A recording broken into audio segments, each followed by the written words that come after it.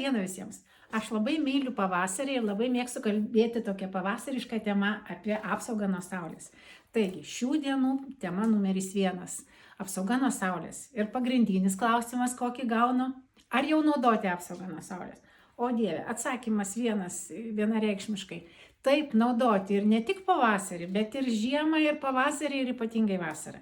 Taigi, vienas žymus dermatologas yra pasakęs, jeigu jūsų kasdienėje veidos rutinoje nėra apsaugos nuo saulės, jūsų rutina nieko verta. Taigi, negyvenkite be veido priežiūros rutinos. Kitas klausimas. Kaip naudoti apsaugą nuo saulės? Apsaugą nuo saulės naudoti reikia laikantis labai paprastų principų kelių. Pirmas yra, kad apsaugą nuo saulės, priemonės su apsauga nuo saulės reikia tepti 20-30 minučių prieš išeinant į saulę.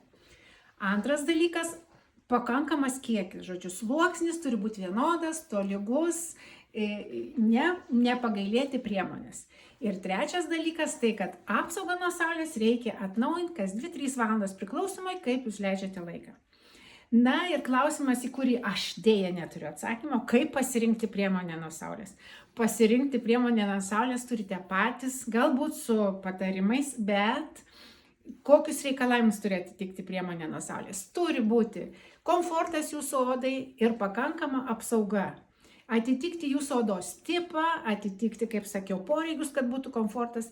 Riebesniai odai, gal reiks lengvesnės tekstūros, fluido, emulsijos. Sunkesnio kremo reikės brandesniai, sausesniai odai. Taigi, mielosios, tai dabar jau tikrai įsidėmėkite, kad jūsų sveikata ir jūsų grožis tikrai jūsų rankose. Tepkite, negailėkite. Žinokite, saulė ne tik draugė, kartais ir nedraugė. Tebūnie gražu, šviesu ir šilta. Tam kart.